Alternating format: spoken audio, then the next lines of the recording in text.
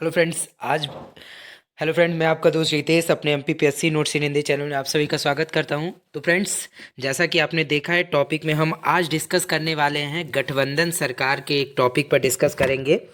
देखेंगे कि गठबंधन सरकार क्या होती है, उसका अर्थ क्या होता है, विशेषताएं क्या होती हैं। इन सभी चीज़ों के बारे में आज हम इस वीडियो में डिस्कस करेंगे। तो सबसे पहले देखते हैं कि गठबंधन सरकार, ठीक है, जो हमारा टॉपिक है। तो गठबंधन सरकार एक ऐसी सरकार होती है जिसमें राजनीतिक दल मिलकर सरकार बनाते हैं, और ऐसी व्यवस्था का समान कारण यह है कि चुनाव के बाद किसी भी पार्टी को पूर्ण बहुमत नहीं मिलता है। यानी कि गठबंधन सरकार, आपने कई बार टीवी चैनलों वगैरह में सुना होगा कि पार्टियां ने मिल करके एक गठबंधन सरकार बनाई है। तो ऐसा किस कंडीशन में होता है, जब कोई कई राजनीतिक दल जैसे लड़ते हैं चुनाव में अलग अलग छोट, ठीक है, और उन्हें किसी भी एक पर्टिकुलर एक राजनीतिक दल को जो है पूर्ण बहुमत नहीं मिल पाता है सरकार बनाने के लिए। तो ऐसी कंडीशन में क्या होता है कि गठबंधन सरकार, यानी कि दो या दो से अधिक पार्टियां मिल करके गठबंधन सरकार बनाने का जो है काम करती हैं, ठीक है, और एक सत्ता में काबिज हो जाती हैं। तो चुनाव के बाद ये गठबंधन या तो चुनाव के पहले भी हो सकता है, या हो सकता है कि चुनाव के बाद यदि कोई पार्टी नहीं जीतती है तो गठबंधन बनाया जा सकता है। लेकिन कई बार क्या होता है कि चुनाव से पहले भी कई पार्टियां मिल करके चुनाव लड़ती हैं साथ में, और उनके जीतने पर जो है वो गठबंधन सरकार का जो है क्या करती हैं, गठन करती हैं, ठीक है।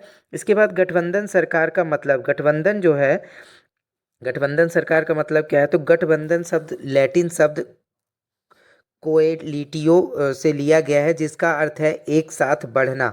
इस प्रकार तकनीकी रूप से गठबंधन का अर्थ है भागों को एक निकाय या पूरे में एकजुट करने का कार्य। यानी कि गठबंधन का एक्चुअल में क्या है कि एक साथ आगे बढ़ना, कई लोग मिल करके जब एक साथ आगे बढ़ते हैं, या कई अलग अलग चीज़ों के भागों को मिला करके, जैसे मान लीजिए कि कोई भी आपके पास अलग अलग प्रकार के सामान हैं, ठीक है, उन सामानों को मिला करके यदि आप कोई एक सामान बना देते हैं तो एक प्रकार से वो गठबंधन के रूप में लिया जाएगा, ठीक है। और ये जब मिल करके कोई एकजुट होकर के कोई कार्य करते हैं तो वो गठबंधन सरकार, मतलब ये मिली जुली सरकार होती है। कई अलग अलग पार्टियों से मिलकर के भी बन सकती है, या हो सकता है कि दो पार्टियों से भी मिलकर बनी हो, ठीक है। तो ऐसी कंडीशन में, और राजनीतिक रूप से गठबंधन का अर्थ क्या होता है, अलग अलग राजनीतिक दलों का गठबंधन। यानी कि गठबंधन कई चीज़ों को मिला करके बनता है जो, तो उसे गठबंधन कहते हैं। लेकिन जो है राजनीतिक रूप से गठबंधन का क्या अर्थ होता है, तो राजनीतिक रूप से गठबंधन का अर्थ होता है कई राजनीतिक दलों को मिला करके जो गठबंधन बनता है, या मिल करके जो सरकार बनाई जाती है, तो वो गठबंधन सरकार कहलाती है, ठीक है। आधुनिक जो संसदों में गठबंधन आमतौर पर तब होता है जब कोई भी एक राजनीतिक दल बहुमत हासिल नहीं कर पाता है।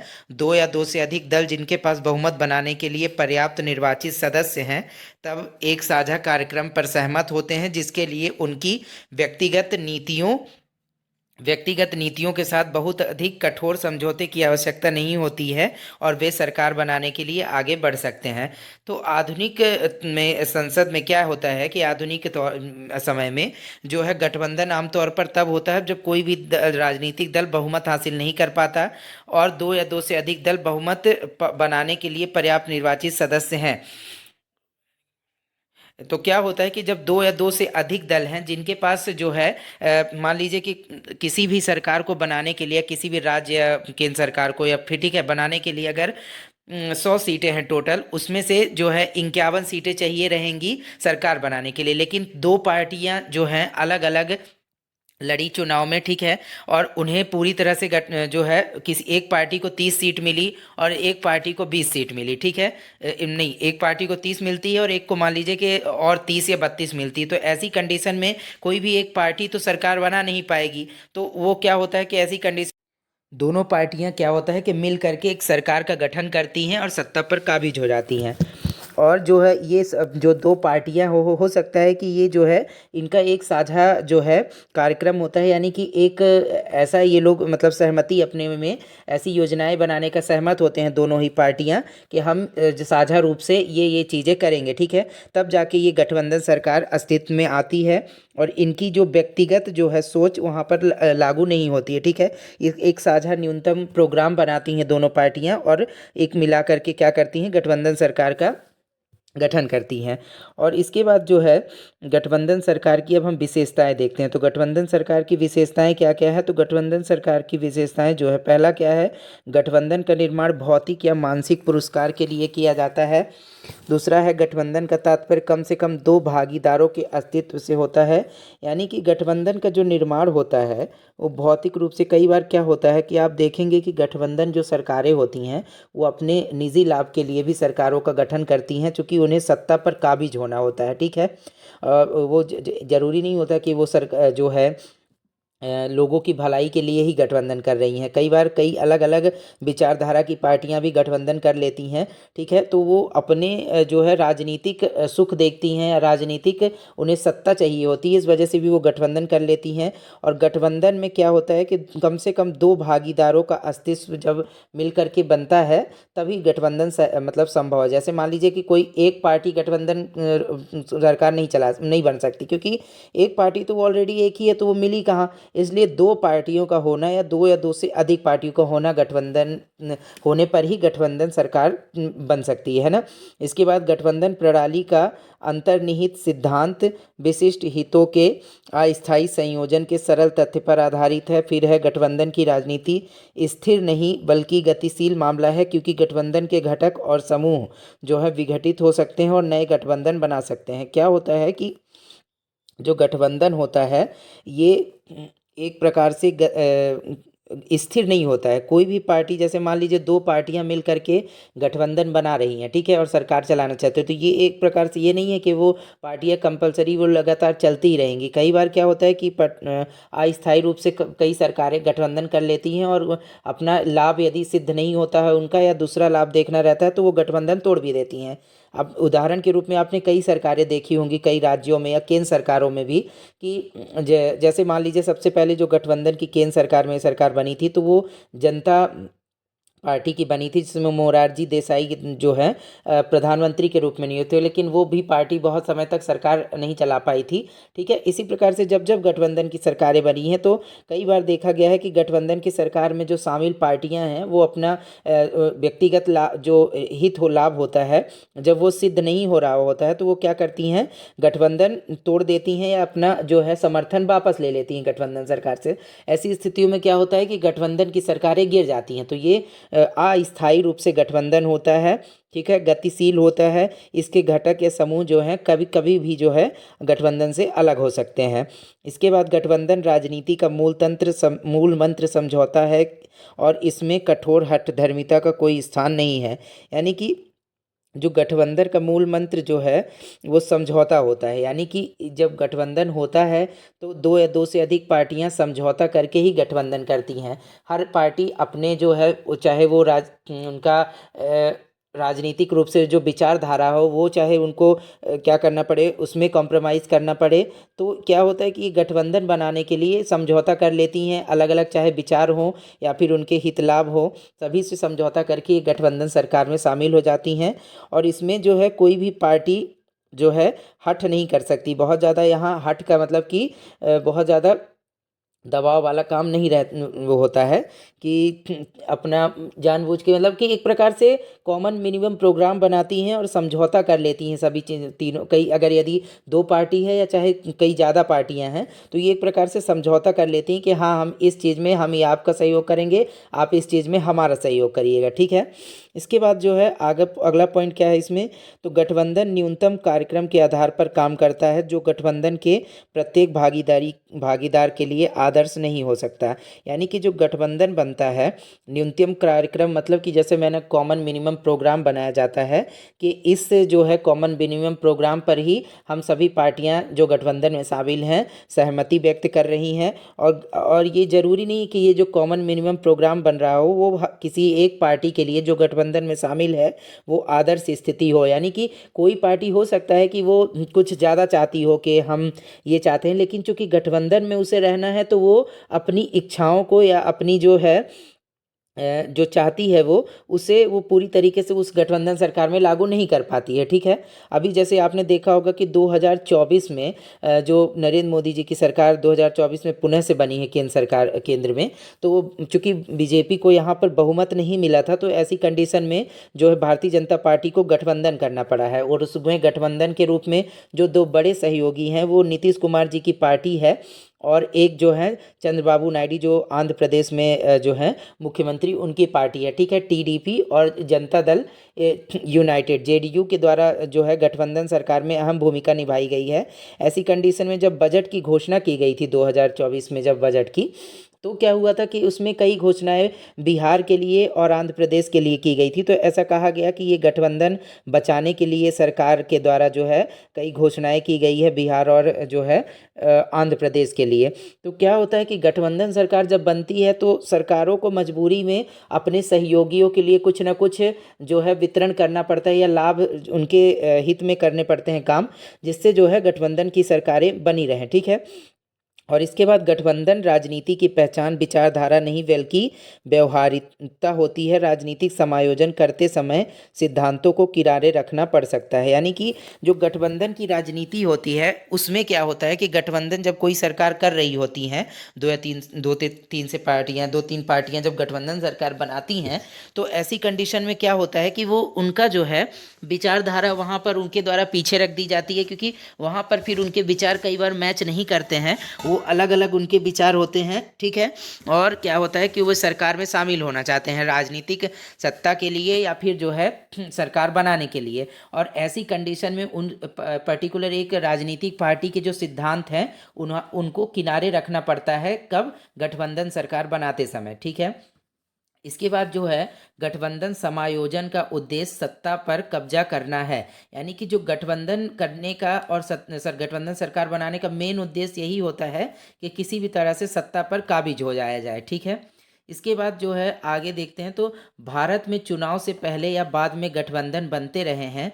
चुनाव पूर्व गठबंधन को लाभकारी माना जाता है, क्योंकि यह सभी दलों को संयुक्त घोषणा पत्र के आधार पर मतदाताओं को लुभाने के लिए एक साझा मंच प्रदान करता है। और चुनाव पश्चात गठबंधन का उद्देश्य घटकों को राजनीतिक शक्ति साझा करने और सरकार चलाने में सक्षम बनाना है।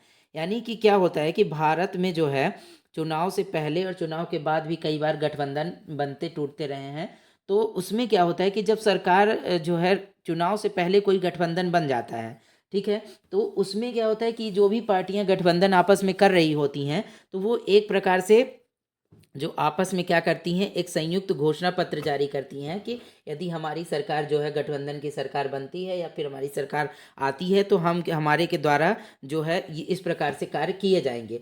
ठीक है। वो मतदाताओं को लुभाने के लिए ऐसे प्रकार से कार्य किए जाते हैं।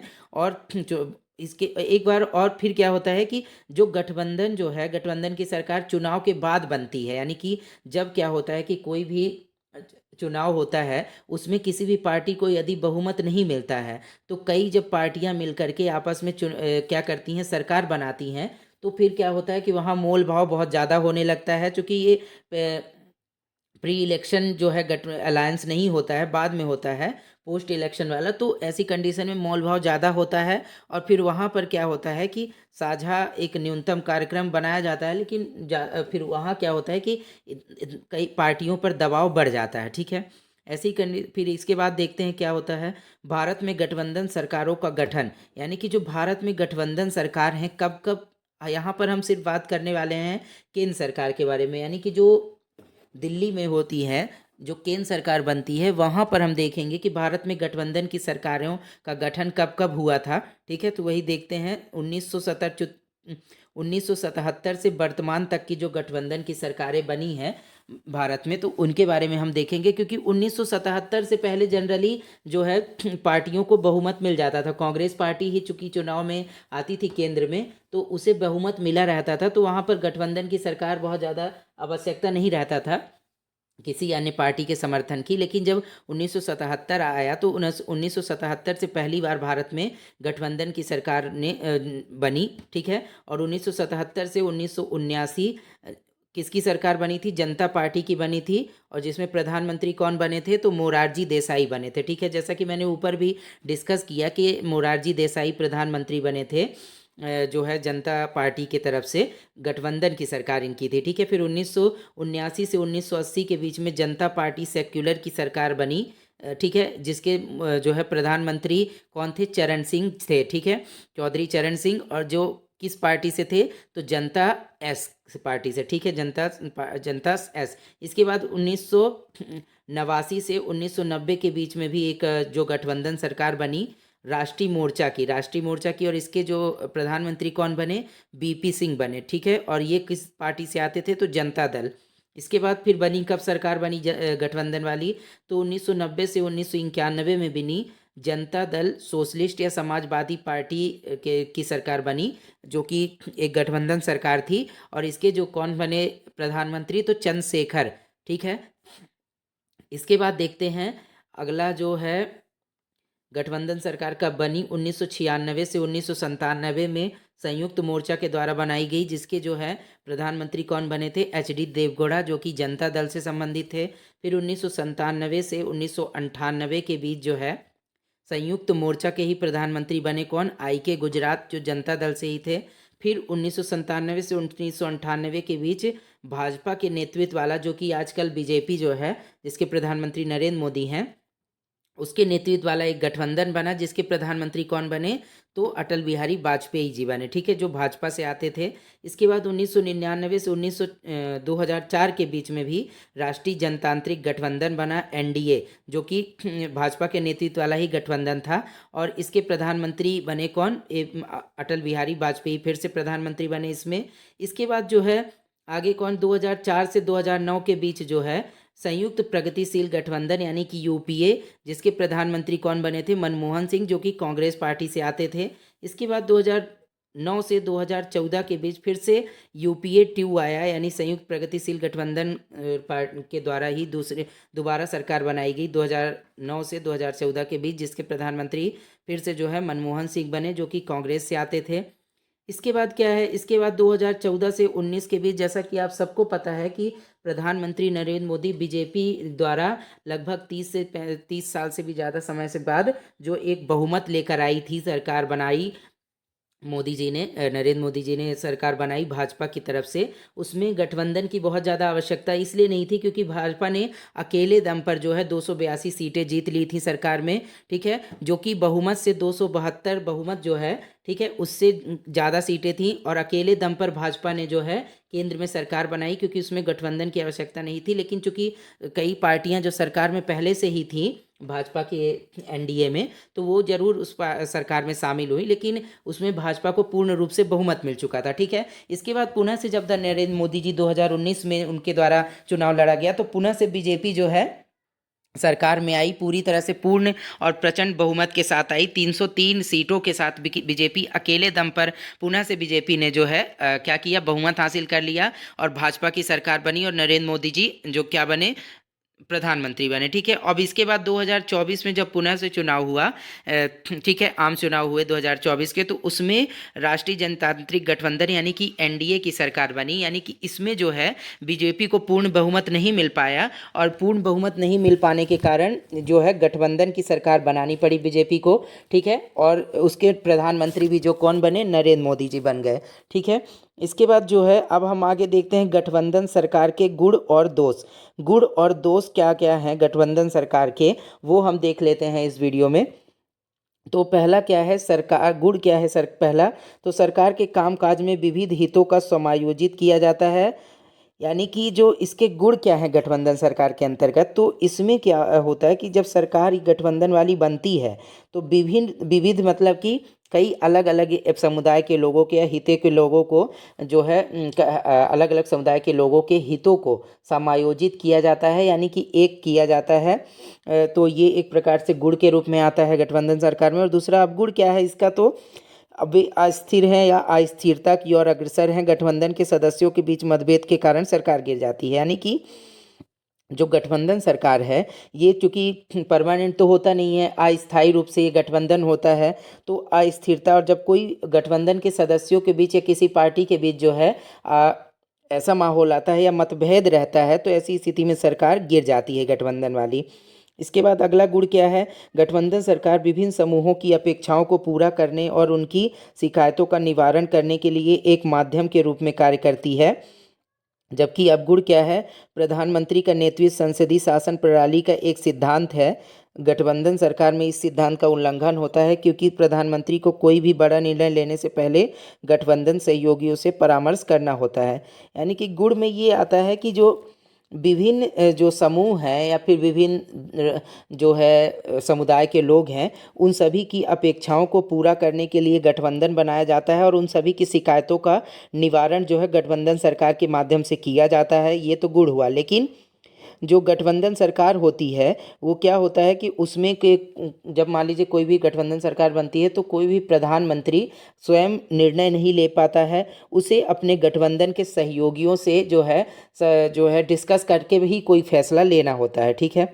इसके बाद देखते हैं गुण क्या है अगला। तो भारत एक अत्यंत विविधतापूर्ण देश है। यहाँ विभिन्न संस्कृतियाँ, भाषाएं, जातियाँ, धर्म और जाति समूह हैं। इसका मतलब है कि गठबंधन सरकार प्रकृति में अधिक प्रतिनिधि होती है और मतदाताओं की लोकप्रिय राय को दर्शाती है। जबकि इसके अवगुण क्या है? तो गठबंधन सहयोगियों की संचालन इस समिति या समन्वय समिति सुपर कैबिनेट के रूप में कार्य करती है और इस प्रकार यह सरकारी मशीनरी के कामकाज में कैबिनेट की भूमिका और स्थिति को कमजोर करती है। यानी कि गुण क्या होता है इसका? गठबंधन की जब सरकार होती है तो चूंकि अब भारत एक ऐसा देश है जहाँ पर अलग अलग जो है भाषाएं होती हैं, संस्कृतियाँ होती हैं, हर राज्य की अलग अलग जातियाँ पाई जाती हैं, अलग अलग धर्म के लोग, जाति के लोग पाए जाते हैं। तो गठबंधन की सरकार में चूंकि कई पार्टियाँ शामिल होती हैं तो हर एक पार्टी किसी न किसी जो राज्य से होती है या फिर जाति से होती है, धर्म से होती है, तो वो सभी का मिल करके प्रतिनिधित्व करती हैं अलग अलग पार्टियाँ। ठीक है। सभी समुदायों, भाषाओं या संस्कृतियों का। ठीक है। और सभी मतदाताओं की राय को जो है सरकार में रखती हैं। लेकिन जब जो गठबंधन की सरकार होती है उसमें क्या होता है कि कैबिनेट जो बनती है तो कैबिनेट का बहुत ज़्यादा रोल नहीं रह जाता है, क्योंकि गठबंधन की सरकार में कैबिनेट में जो मंत्री जो निर्णय लिए जाते हैं उससे पहले क्या होता है कि उस जो भी गठबंधन की सरकार की पार्टियां हैं उनसे पहले डिस्कस किया जाता है कि ये निर्णय हम कैबिनेट में पारित करने वाले हैं या ये हम काम करने वाले हैं, तो सभी सहमत हैं या नहीं। यानी पहले पूछना पड़ता है, उसके बाद ही कोई डिसीजन लिया जा सकता है गठबंधन की सरकार में। इसके बाद जो है आगे देखते हैं अगला क्या है। गठबंधन सरकार में अलग अलग राजनीतिक दल होते हैं जिनकी अपनी विचारधारा या एजेंडा होती है, लेकिन सरकार की नीति के लिए गठबंधन के सभी सहयोगियों की सहमति की आवश्यकता होती है। इसलिए गठबंधन सरकार आम सहमति राजनीति आधारित राजनीति की ओर ले जाती है। यानी कि जो गठबंधन की सरकार होती है, चूंकि इसमें अलग अलग दल होते हैं और हर दल की अलग अलग विचारधारा होती है कि मेरा दल ये चाहता है, ठीक है, और मेरा दल ये, ऐसे करके अलग अलग विचारधारा होती है। तो गठबंधन की सरकार क्या होती है कि आम सहमति पर आधारित होती है। ये सभी पार्टियां आपस में मिल करके आम सहमति बनाती हैं पहले, उसके बाद ही गठबंधन सरकार का गठन होता है। ठीक है। और जो है गठबंधन सरकार के अवगुण के अंतर्गत क्या आता है? तो गठबंधन सरकार के छोटे घटक दलों को जो है कि किंग मेकर की भूमिका बनाने की संभावनाएं होती हैं। वे संसद में संख्या बल से भी अधिक मांग करते हैं। यानी कि जब यदि गठबंधन की सरकार बनती है तो अवगुण क्या देखने को मिलता है कि कोई भी छोटी से छोटी पार्टी जो है यदि वो किंग मेकर की भूमिका में है, यानी कि यदि उसके बिना सरकार नहीं बनने वाली है, तो वो क्या करती है, बहुत ज़्यादा मोल भाव करती है, चाहे वो मंत्री पद के रूप में हो, चाहे या फिर अपने पार्टी के हित के लिए काम करने के लिए हो, या उसके राज्य से संबंधित हित के लिए काम करना हो, तो बहुत बड़ी बड़ी डिमांड रखती है सरकार से। ठीक है। तो ये एक प्रकार से अवगुण के रूप में कार्य करता है। इसके बाद गठबंधन की राजनीति भारतीय राजनीतिक व्यवस्था के संघीय ढांचे को मजबूत बनाती है। ऐसा इसलिए है क्योंकि गठबंधन सरकार जो है क्षेत्रीय मांगों के प्रति अधिक संवेदनशील और उत्तरदायी होती है। यानी कि क्या होता है कि इसमें गुण क्या है गठबंधन सरकार के? तो यदि जैसे कि यूपीए सरकार थी जो 2004 से 2014 के बीच चली, तो उसमें चूंकि हर अलग अलग राज्य से कोई ना कोई पार्टी शामिल थी, तो हर पार्टी अपने राज्य के हिसाब से जो है कानून बनवाना चाहती थी या फिर अपने राज्य के हिसाब से जो फायदे की चीज़ें होती थी वो करवाना चाहती थी गठबंधन में। ठीक है। तो ऐसे ही के लिए क्या होता है, गठबंधन में जो सरकार होती है वो क्षेत्रीय दलों की मांगों को भी जो क्या करती है, पूरा करने के लिए उत्तरदायी होती है। और इसमें इसके अवगुण क्या है, तो क्षेत्रीय दलों के नेता राष्ट्रीय निर्णय लेने में क्षेत्रीय तथ्यों को सामने लाते हैं। वे केंद्रीय कार्यकारिणी पर अपने हिसाब से काम करने का दबाव बनाते हैं, अन्यथा वे गठबंधन से हटने की धमकी देते हैं। यानी कि जो गठबंधन सरकार में क्षेत्रीय दल जो शामिल होते हैं वो अपने राज्य के हिसाब से नीतियां बनाने के लिए, या फिर जो के सेंट्रल लेवल पे नीतियां बनती हैं उन्हें राज्य को ध्यान में रखते हुए बनाने के लिए कहते हैं। यदि उनके राज्य के हिसाब से नीतियां या फिर नहीं बनते हैं, क्षेत्रीय चीज़ों को ध्यान में रखकर कानून या नियम नहीं बनाए जाते हैं, तो ऐसी कंडीशन में ये जो छोटे छोटे दल होते हैं वे गठबंधन से हटने की और सरकार को गिरा देने की जो है बात रखते हैं। इसके बाद अगला जो है, गठबंधन सरकार निरंकुश शासन की संभावनाओं को कम करती है। ऐसा इसलिए होता है क्योंकि सरकार के कामकाज में एक ही राजनीतिक दल का दबदबा कम हो जाता है। गठबंधन के सभी सदस्य निर्णय लेने में भाग लेते हैं। यानी कि यदि जब गठबंधन की सरकार होती है तो कोई भी सरकार, एक जो बड़ी कोई भी पार्टी अपने दम पर कोई निर्णय नहीं ले पाती है। यानी कि यदि मान लीजिए कोई भी सत्ता में कोई बहुमत प्राप्त दल है, ठीक है, तो वो कोई भी बिना पूछे किसी भी अन्य दल से जो है कोई भी डिसीजन ले सकता है, उसे पूछने की आवश्यकता नहीं होती क्योंकि उसके पास बहुमत होता है। लेकिन यदि गठबंधन की सरकार है तो उसे सभी दलों से पूछ करके ही निर्णय लेने होते हैं, नहीं तो सरकार गिरने का भी डर रहता है। ठीक है। और इसके बाद जो गठबंधन सरकारों के सदस्य प्रशासनिक विफलताओं, चूकों की जिम्मेदारी नहीं लेते, वे दोषारोपण का खेल खेल सकते हैं और इस तरह सामूहिक और व्यक्तिगत जिम्मेदारियों से बचते हैं। यानी कि जब गठबंधन की सरकार बनती है तो उसका अवगुण एक और ये क्या है कि जब कोई भी गलती होती है गठबंधन सरकार से, कोई भी नियम गलत बन गया, कानून या कोई भी चीज़ गलत हो जाती है, तो उस गठबंधन में शामिल प्रत्येक दल कोई उस गलती को स्वीकार नहीं करता, बल्कि क्या करता है, दूसरे पर दोषारोपण करता है या दूसरे दल को इसका जिम्मेदार ठहराता है। यानी कि सभी अपने अपने पल्ले को झाड़ लेते हैं अपनी पार्टी की तरफ से। ठीक है, तो ये भी एक प्रकार से गठबंधन सरकार के लिए काफ़ी गलत बात है ना। इसके बाद अगला जो आगे देखते हैं कि गठबंधन सरकार के सकारात्मक और नकारात्मक पहलू क्या है। तो अनुपातिक प्रतिनिधित्व के पक्षधरों का सुझाव है कि गठबंधन सरकार आम सहमति पर आधारित राजनीति को बढ़ावा देती है, क्योंकि अलग अलग दलों वाली सरकार को सरकारी नीति के बारे में समझौता करने की आवश्यकता होती है। और एक और दावा किया लाभ यह है कि गठबंधन सरकार देश के भीतर मतदाताओं की लोकप्रिय राय को बेहतर ढंग से दर्शाती है। और गठबंधन सरकारों को अस्वीकार करने वालों का मानना है कि ऐसी सरकारों में विखंडन और असहमति की प्रवृत्ति होती है, क्योंकि उनके घटक दलों की अलग अलग मान्यताएं होती है और इस प्रकार वे हमेशा नीति पर सहमत नहीं हो सकते। यानी कि जो गठबंधन सरकार के सकारात्मक पहलू, कुछ लोगों का जो राजनीतिक विचारक होते हैं उनका कहना है कि सकारात्मक पहलू क्या है गठबंधन की सरकार का, कि इसमें क्या होता है कि चूंकि एक न्यूनतम साझा प्रोग्राम बनाया जाता है, सभी दलों की या सभी जो अलग अलग घटक दल हैं उनकी सहमति के आधार पर सरकार चलती है। ठीक है, तो इसे एक प्रॉफिट के रूप में देखते हैं राजनीतिक विचारक सरकार। लेकिन कुछ जो नकारात्मक पहलू देखते हैं राजनीतिक विचारक जो गठबंधन की सरकार में, तो ये होता है कि गठबंधन की सरकार जो होती है वो कोई भी फैसले, अपने जो कुछ कड़े फैसले लेने हैं देश के लिए, अच्छे फैसले लेने हैं, तो वो अकेले दम पर नहीं ले सकती, उसे सरकार में जो शामिल सभी दलों से पूछकर ही कोई फैसले लेने होते हैं। ऐसी कंडीशन में क्या होता है कि जब कुछ अच्छे कानून या फैसले होते हैं वो भी नहीं ले पाती है सरकारें, क्योंकि गठबंधन के सहयोगी जो है तैयार नहीं होते हैं और उनकी मानसिक जो है या फिर वैचारिक जो धारणा अलग अलग होती है। ऐसी कंडीशन में क्या होता है कि गठबंधन की सरकार में कई बार जो है देश को हानि होती है। ठीक है, कई बार जो है एक प्रकार से देश के लिए कड़े फैसले लिए नहीं जा पाते हैं। ठीक है, तो आज के लिए फ्रेंड्स इतना ही। आज हमने देखा कि गठबंधन सरकार क्या है, उसका मतलब क्या है, और गठबंधन सरकार की विशेषताएं क्या क्या होती हैं और इसके गुण अवगुण क्या हैं, सकारात्मक नकारात्मक पहलू क्या है। तो आई होप कि यदि गठबंधन सरकार से संबंधित कोई भी एग्जाम में कोई क्वेश्चन पूछा जाता है तो आपको ये काफ़ी हेल्पफुल होगा वीडियो। तो फ्रेंड्स आज के लिए वीडियो में इतना ही। अब हम मिलेंगे नेक्स्ट वीडियो में, किसी न्यू टॉपिक पर डिस्कस करेंगे। Okay friends, bye bye.